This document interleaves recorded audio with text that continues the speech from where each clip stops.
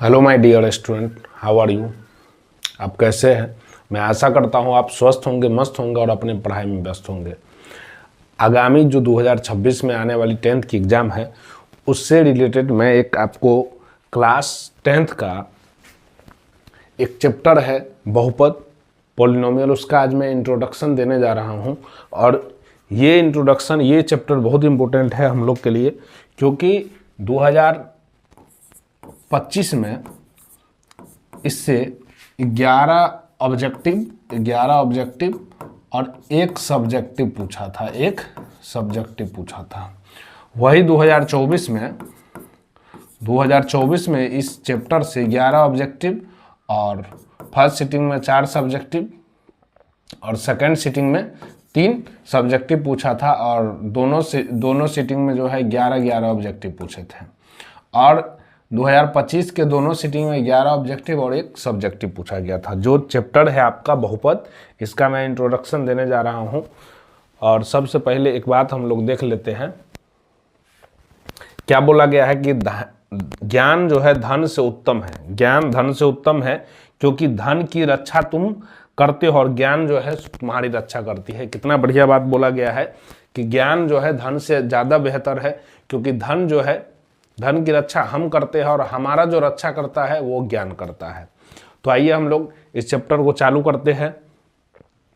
सबसे पहले जो है बहुपद किससे कहते हैं? तो बहुपद उस बीजीय व्यंजक को बहुपद कहते हैं जिसमें चर राशि का घात शून्य या धनात्मक पूर्णांक होता है। शून्य या धनात्मक पूर्णांक किसको बोल सकते हैं हम लोग?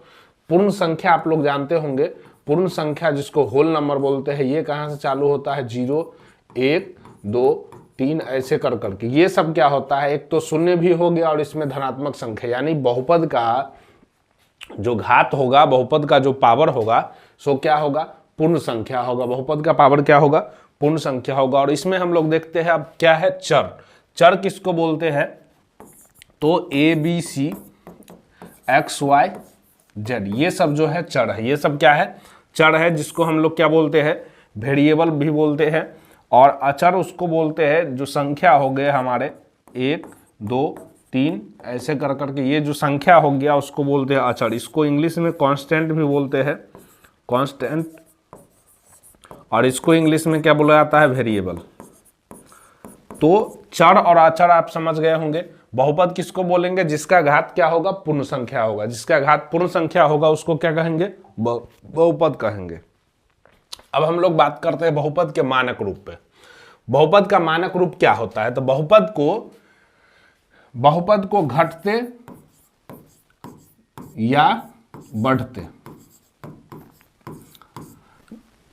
या बढ़ते क्रम में, यानी बहुपद के घात को घटते या बढ़ते क्रम में लिख देना बहुपद का मानक रूप होता है ना।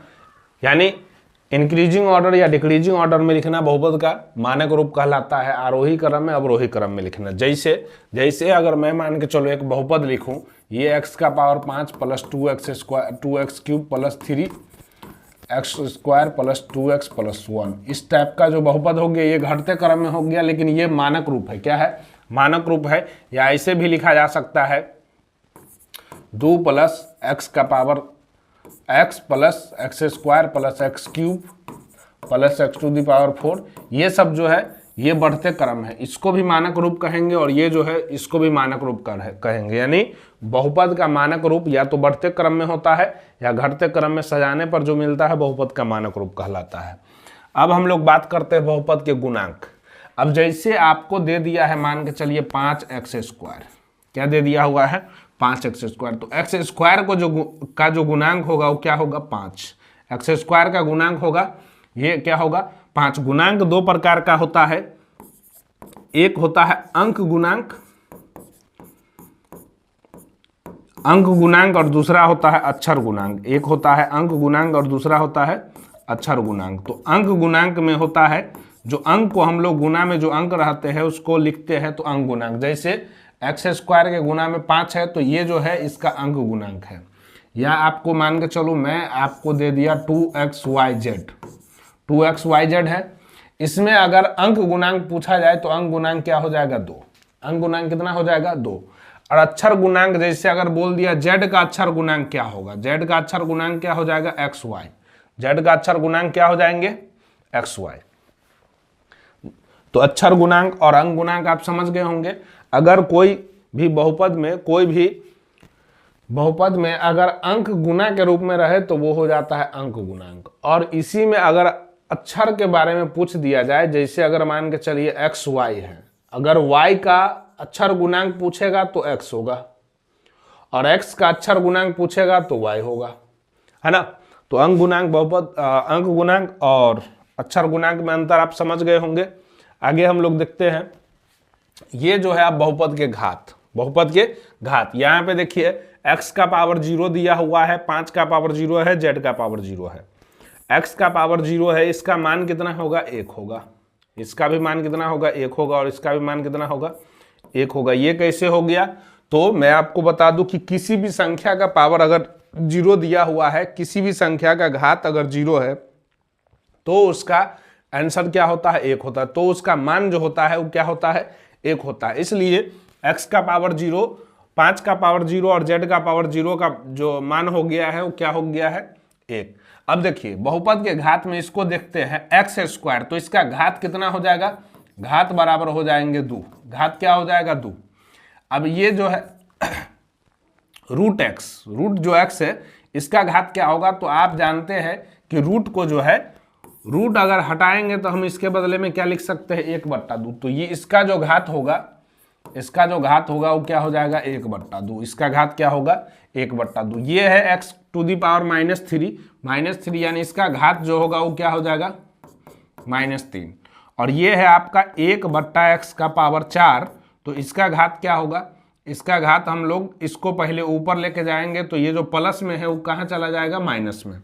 कोई भी संख्या जब पावर में नीचे हो अगर उसको ऊपर लेके जाएंगे तो उसका घात जो हो जाएगा वो माइनस में ऋणात्मक हो जाएगा। क्या हो जाएगा, ऋणात्मक। अब इसका जो घात पूछ रहा है तो इसका घात क्या हो जाएगा, -4। ऐसे ही हम लोग इसमें देखते हैं, ये जो है x² + 4x + 5, इस सब में देखना है बहुपद का घात का मतलब जो सबसे ज्यादा घात हो। तो इसमें सबसे ज्यादा घात क्या है, x का पावर 2 है, इसका पावर कुछ नहीं है, मतलब इसका पावर 1 है, इसका पावर क्या है, इसमें x का पावर 0 है। तो सबसे ज्यादा घात क्या है, इसका जो घात होगा वो क्या हो जाएगा, 2 हो जाएगा। सबसे ज्यादा पावर 2 है, ये सवाल है। इसमें सबसे ज्यादा घात x टू दी पावर 20 यानी x का पावर 20 और -2 x का पावर 5। तो इसमें जो सबसे ज्यादा घात है वो कितना है, 20 है। तो इसका आंसर क्या हो जाएगा, 20। इसका घात क्या हो जाएगा, 20। ऐसे ही आपका ये सवाल है y का पावर 8 - 4y क्यों, इसका जो घात होगा इसका घात क्या हो जाएगा, इसका घात हो जाएगा 8, क्योंकि सबसे ज्यादा घात क्या है, 8 है। सबसे ज्यादा घात क्या है, 8 है। तो घात अगर आपको कभी भी पूछे बहुपद का तो आप क्या देखिएगा, सबसे ज्यादा घात उस प्रश्न में यानी उस बहुपद में जो घात सबसे ज्यादा होगा वही हो जाएगा बहुपद का घात। समझ गए होंगे आई होप। चलिए अब हम लोग देखेंगे बहुपद के प्रकार। बहुपद के प्रकार 2 प्रकार के होते हैं, एक पद के आधार पर और दूसरा होता है घात के आधार पर। पद के आधार पर जो बहुपद होता है वो कई प्रकार के होते हैं, जिसमें से एक हो गया एक पदी बहुपद, एक पदी बहुपद। दूसरा हो गया द्विपदी बहुपद,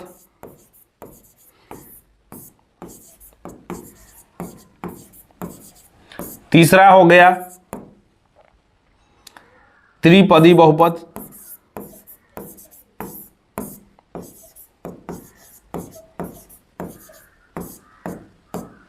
और कभी कभी आपको मिल जाएगा, कुछ भी नहीं मिलेगा तो उसको हम लोग लिख सकते हैं शून्य बहुपद। क्या लिख सकते हैं, शून्य बहुपद।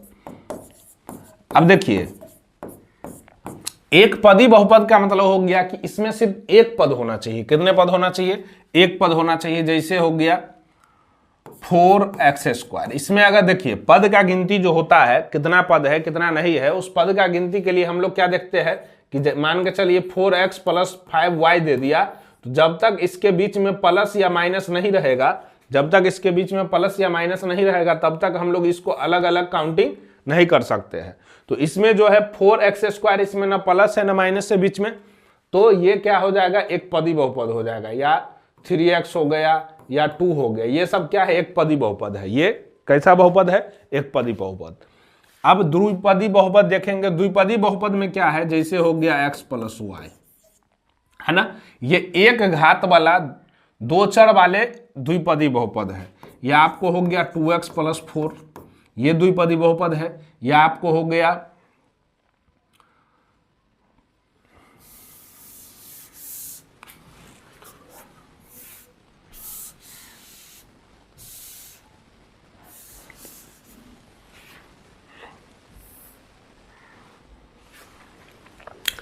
या इसमें हो गया मान के चलिए एक्स स्क्वायर प्लस 4, ये सब द्विपदी बहुपद है, क्योंकि इसके बीच में प्लस या माइनस भी हो सकता है। या हो गया आपको एक्स स्क्वायर माइनस 3, तो 3x, ये सब कई पदी बहुपद है। देखिए इसमें एक पद दो पद, बीच में प्लस है इसलिए अलग अलग काउंटिंग हुआ, अलग अलग गिनती हुआ इसका, एक पद और दो पद, एक पद और दो पद, एक पद और दो पद, तो ये सब हो गया द्विपदी बहुपद। अब है त्रिपदी बहुपद। त्रिपदी बहुपद में कितने पद होंगे, 3 पद होंगे। जिस बहुपद का 3 पद होता है उसको, जिस बहुपद में 3 पद होता है उसको बोलते हैं त्रिपदी बहुपद। जिस बहुपद में 2 पद होता है उसको बोलते हैं द्विपदी बहुपद। और जिस बहुपद में 1 पद होता है उसको बोलते हैं एक पदी बहुपद। त्रिपदी बहुपद में हो गया मान के चलिए ax square plus bx plus c। इसमें आप देख लीजिए कई गो पद है, 1 2 3। या आपको हो गया x square minus 2x minus 4, इसमें भी 1 2 3 पद हो गए, है ना। तो काउंटिंग करेंगे हम लोग, देखेंगे प्लस माइनस रहेगा तो उसको अलग अलग काउंटिंग करेंगे। जैसे देखिए ax स्क्वायर बीच में प्लस है तो ये अलग हो गया, bx ये अलग हो गया, प्लस c ये अलग हो गया। तो कई पद हो गया इसमें, 1 2 3 पद, इसमें भी 1 2 3 पद। ये त्रिपदी बहुपद है। शून्य बहुपद उसको बोलते हैं जिसमें कुछ भी नहीं रहता है, शून्य दिया रहता है तो वो हो जाता है शून्य बहुपद। अब देखिए हम लोग अब देखेंगे घात के आधार पे बहुपद। घात के आधार पे जो बहुपद होता है वो 3 प्रकार के होते हैं। घात के आधार पे बहुपद 3 प्रकार के होते हैं।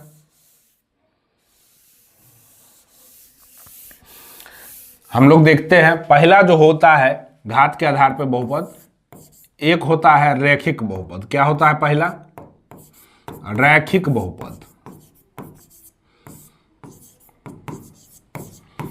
घात के आधार पे बहुपद रैखिक बहुपद। दूसरा जो होता है द्विघात बहुपद।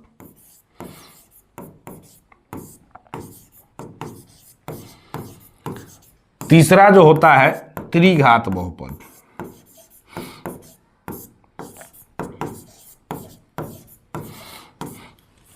अब देखिए रैखिक बहुपद या एक घातीय बहुपद इसको बोल सकते हैं, या तो रैखिक बहुपद कहेंगे या एक घातीय बहुपद कहेंगे। जिस बहुपद का घात केवल एक हो उसको बोलेंगे रैखिक बहुपद या एक घातीय बहुपद। जिस बहुपद का घात केवल एक हो उसे रैखिक बहुपद या एक घातीय बहुपद कहेंगे। जैसे 2x प्लस 3, इसमें अगर x का घात आप देखेंगे तो क्या होगा, कुछ नहीं है तो एक घात है, तो ये आपका हो गया रैखिक बहुपद। 4x माइनस 2, ये भी क्या हो गया, रैखिक बहुपद, क्योंकि इसमें क्या है, घात एक है। उसके बाद है द्विघात बहुपद। द्विघात बहुपद उसको बोलेंगे जिसका घात कितना हो, अधिकतम घात 2 हो और कम से कम घात कितना होना चाहिए, 2। जैसे हो गया x square minus 4x plus 6। इसमें देख लीजिए सबसे ज्यादा घात कितना है, 2, तो ये क्या हो गया आपको द्विघात बहुपद, है ना। जैसे एक और एग्जाम्पल हम लोग देख लेते हैं, 4x cube minus 2x, sorry 4x square minus 2x। इसमें भी कितना घात है, 2 घात है। इसमें भी कितना घात है, 2, तो ये क्या कहलाएगा, द्विघात बहुपद। द्विघात बहुपद में सबसे ज्यादा घात कितना होना चाहिए, 2, 2 से ज्यादा घात नहीं होना चाहिए। इसके बाद है त्रिघात बहुपद। त्रिघात बहुपद ऐसे बहुपद का कहते हैं जिसका घात कम से कम कितना होना चाहिए, 3 होना चाहिए।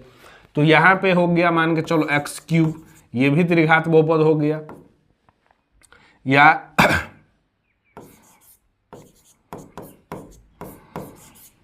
ये भी त्रिघात बहुपद हो गया। या minus y cube plus 2y² minus 3y। ऐसे करके ये भी जो है हम लोग इसमें देखेंगे, पद नहीं देखेंगे, कई पद है इसमें, हम लोग देखेंगे घात। पद देखने के लिए ये इस्तेमाल करेंगे हम लोग। एक पदी बहुपद जब पूछेगा, द्विपदी बहुपद, त्रिपदी बहुपद, शून्य बहुपद पूछेगा, तब हम लोग पद के आधार पे देखेंगे। और घात के आधार पे जब घात वाला पूछेगा तो हम लोग घात देखेंगे, उसमें कितना पद है सो नहीं देखेंगे, कितना घात है सो देखेंगे। तो समझ गए होंगे, रैखिक बहुपद एक घात वाला बहुपद, द्विघात बहुपद जिसमें अधिकतम घात कितना हो 2, और त्रिघात बहुपद जिसमें अधिकतम घात कितना होना चाहिए 3 होना चाहिए।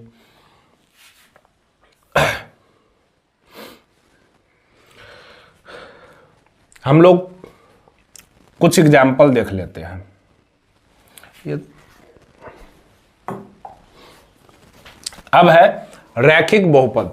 रैखिक बहुपद को समझ लीजिए। रैखिक बहुपद उसको कहते हैं जिसका व्यापक रूप ax प्लस b बराबर 0 हो। ax प्लस b बराबर क्या हो 0 हो। इसका व्यापक रूप हो गया ax प्लस b बराबर 0।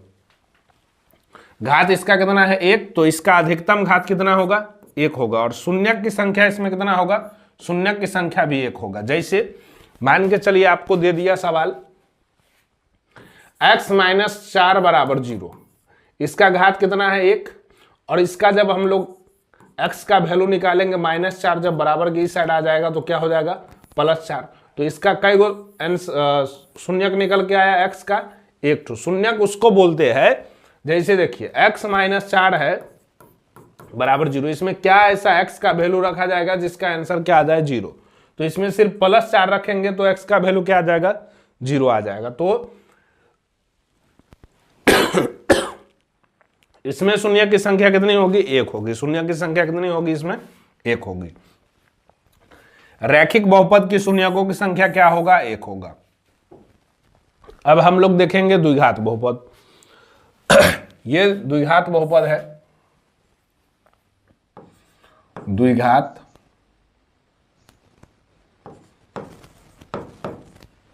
बहुपद।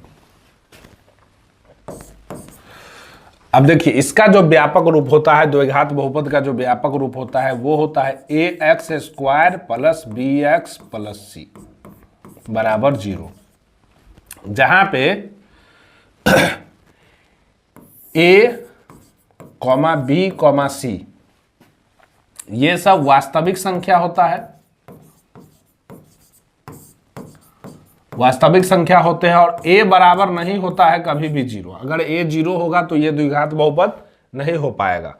ये जो आपका द्विघात बहुपद का व्यापक रूप है ax² plus bx plus c, इसमें जो a है, b है, c है, ये एक वास्तविक संख्या है और a बराबर कभी भी नहीं होगा 0।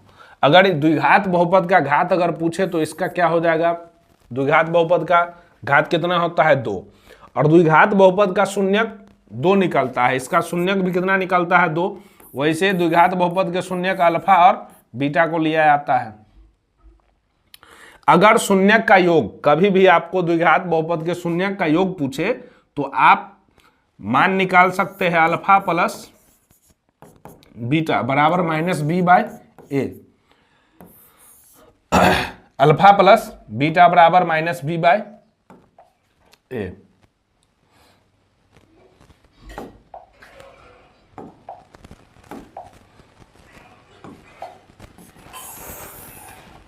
अल्फा प्लस बीटा बराबर -b/a, ये जो हो जाएगा इसका द्विघात बहुपद का व्यापक रूप हो जाएगा।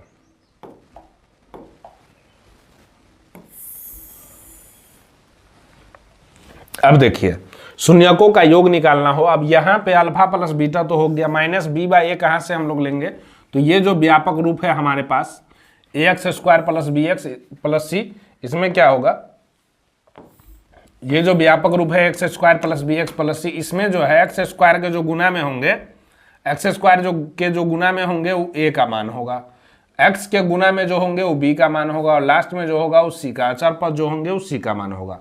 तो अल्फा, जब शून्य का योग निकालना हो तो अल्फा प्लस बीटा बराबर -b का जो मान यहाँ पे रहेगा वो यहाँ रखेंगे, और a का जो मान रहेगा वो यहाँ रखेंगे। द्विघात बहुपद के शून्य का अगर गुणनफल पूछे, द्विघात बहुपद के शून्य का गुणनफल पूछे तो क्या हो जाएगा, अल्फा इंटू बीटा बराबर C by A, alpha into beta बराबर C by A, alpha into beta बराबर सी बाई ए।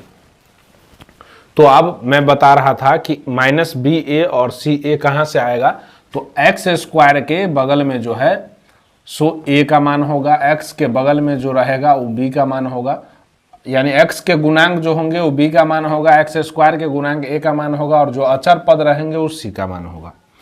एक और है द्विघात बहुपद। द्विघात बहुपद अगर बनाना हो, कभी भी आपको शून्यकों का योग दे दे, शून्य का योग दे दे या शून्य का गुणनफल दे दे, तब जो आपको बहुपद बनाना है उसके लिए फॉर्मूला क्या हो जाता है, x square minus alpha plus beta into x plus alpha into beta बराबर 0। तो अगर आपको शून्यकों का योग दे दे, चाहे शून्यक दिया रहे और शून्य का गुणनफल दिया रहे या शून्यक दिया रहे, तब अगर आपको बहुपद निकालने के लिए बोले तो उसके लिए आप ये फॉर्मूला, इस फॉर्मूले का उपयोग कर सकते हैं, x square minus alpha plus beta into x plus alpha into beta. अब हम लोग देखते हैं त्रिघात बहुपद। त्रिघात बहुपद क्या है, इसका व्यापक रूप जो होता है वो होता है आपको A X cube plus B X square plus C X plus D, A X cube plus B X square plus C X plus D बराबर 0, जिसमें ए बी सी डी ये सब क्या है, वास्तविक संख्या है, ये सब क्या है, वास्तविक संख्या है। और इसमें a बराबर नहीं होगा 0, क्योंकि अगर a 0 हुआ तो ये एक्स क्यूब रहेगा नहीं, और एक्स क्यूब रहेगा नहीं तो त्रिघात बहुपद नहीं होगा। तो इसलिए इसका जो फॉर्मूला होता है, व्यापक रूप होता है A X cube plus B X square plus C X plus D. त्रिघात बहुपद का घात कितना होता है, 3। त्रिघात बहुपद का घात कितना होगा, 3। शून्यक इसका कितना निकलेगा, 3। क्या सब निकल सकता है, अल्फा बीटा और गामा, जो भी शून्यक निकलेगा 3, एक अल्फा होगा, एक बीटा होगा, एक गामा, उसको लेकर चलेंगे। अब देखिए शून्यकों का योग, इसमें शून्यकों का योग हो जाता है इसमें alpha plus beta plus gamma minus B by A, alpha plus beta plus gamma minus B by A. और शून्यकों का गुणनफल यानी alpha into beta into gamma, ये हो जाता है आपको माइनस डी बाय ए। क्या हो जाता है, माइनस डी बाय ए। और एक और होता है कि दो बहुपद के शून्यक, दो बहुपद को एक साथ लेकर यानी गुना और उसके योग यानी अल्फा इंटू बीटा जोड़ बीटा इंटू गामा जोड़ गामा इंटू अल्फा बराबर सी बाई ए होता है। तो ये जो है, कभी भी आपको शून्यक का योग अगर पूछे, आपको त्रिघात बहुपद दिया हो, शून्यक का योग पूछे तो alpha plus beta plus gamma बराबर माइनस बी बाई ए लगा देंगे, जिसमें जो एक्स क्यूब का गुणांक होगा वो हो जाएगा ए का मान, एक्स स्क्वायर का जो गुणांक होगा वो बी का मान होगा, एक्स का जो गुणांक होगा वो सी का मान होगा, और ये जो अचर पद है वो आपका डी होगा। अब देखिए कभी कभी आपको त्रिघात बहुपद अगर आपको दे दिया जाए कि शून्यक, त्रिघात बहुपद के शून्यक दिया हो और त्रिघात बहुपद निकालना हो, तो उसके लिए आप फार्मूला लगा सकते हैं x cube minus alpha plus beta plus gamma into x square plus alpha beta plus beta gamma plus gamma alpha into x minus alpha into beta into gamma बराबर 0। त्रिघात बहुपद निकालने के लिए, जब त्रिघात बहुपद आपको दिया हो वो निकालने के लिए त्रिघात बहुपद के शून्यक दिया हो या शून्यकों का योग दिया हो, शून्यक का गुणनफल दिया हो, दो शून्यक को एक साथ लेकर के उनका योग दिया हो, तब जो है आप ये फार्मूला लगा करके, ये सूत्र लगा के त्रिघात बहुपद ज्ञात कर सकते हैं। अब देखिए बहुपद के शून्यक, बहुपद के शून्यक कैसे निकलते हैं। तो जैसे है आपका x-5, ये जो है x-5, x माइनस 5 बराबर 0 दिया हुआ है। अगर इस 5 को बराबर के उस साइड भेज देते हैं तो x का मान क्या हो जाता है, माइनस से x बराबर क्या हो जाता है, -5 जब बराबर के उधर जाएगा, बराबर के एक साइड जाएगा तो माइनस से क्या हो जाएगा, प्लस, और ये निकल जाएगा x का वैल्यू। फिर यहाँ पे है x square minus 3, x square minus 3 बराबर 0। -3 जब बराबर के उस साइड जाएंगे तो क्या बच जाएंगे, इधर एक्स स्क्वायर बराबर -3 से +3। और जब आप जानते हैं कि स्क्वायर हटता है तो सामने प्लस माइनस और क्या लगता है, रूट लगता है, सामने प्लस माइनस और रूट लगता है। और मैं आपको एक बात बता दूं कि प्लस माइनस क्यों लगाया जाता है, तो आपको मैं बता रहा हूं कि जब -2 का स्क्वायर करते हैं तो भी +4 होता है, और जब 2 का स्क्वायर करते हैं तो भी 4 होता है ना। और इसका जब हम लोग √4 का क्या निकालेंगे, वर्गमूल निकालेंगे, तो +2 भी निकल सकता है और -2 भी निकल सकता है और +2 भी निकल सकता है। इसलिए जब एक्स स्क्वायर को हटाया जाता है, सामने जब रूट लगता है तो उसके बदले में क्या लग जाता है, उसके साथ साथ प्लस और माइनस लग जाता है। एक और सवाल है आपका, वाई स्क्वायर माइनस 36 बराबर 0।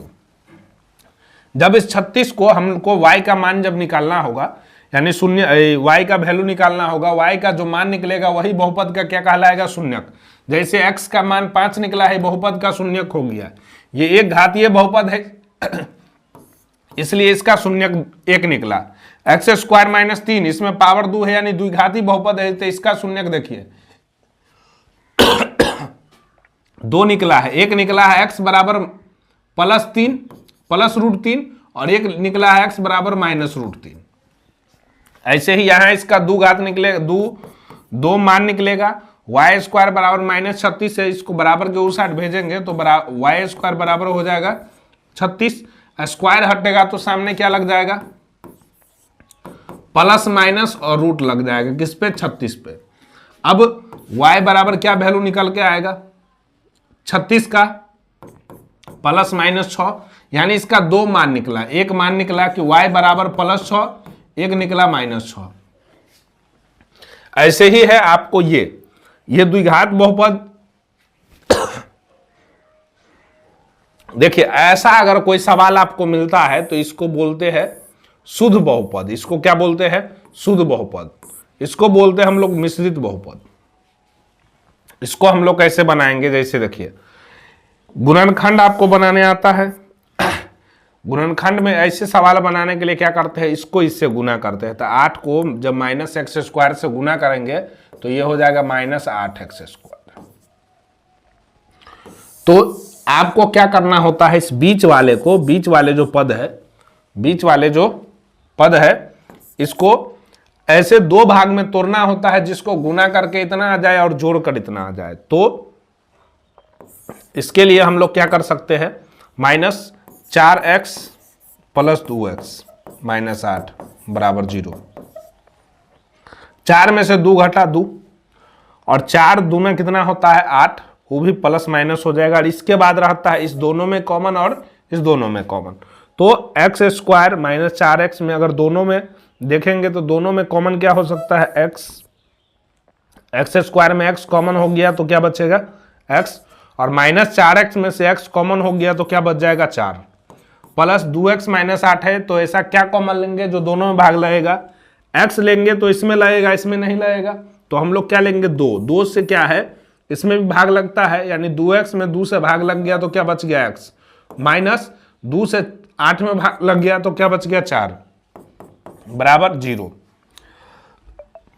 एक, अब देखिए दोनों में कॉमन होगा x -4, तो x -4 दोनों में कॉमन रख लेंगे हम लोग।